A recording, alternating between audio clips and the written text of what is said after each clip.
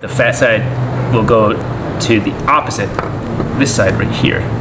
No visuals, you just have to trust the process.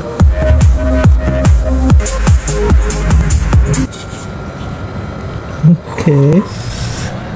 Okay. And that is a win. And look at that.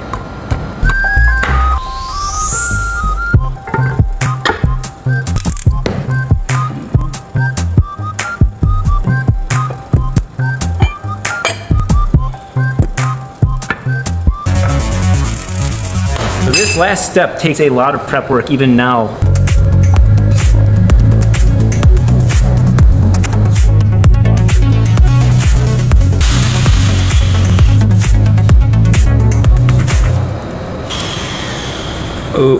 Oh, this isn't even the last row. This would be a 9 rotor.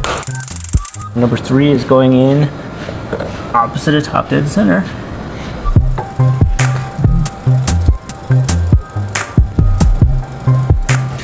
Here we go.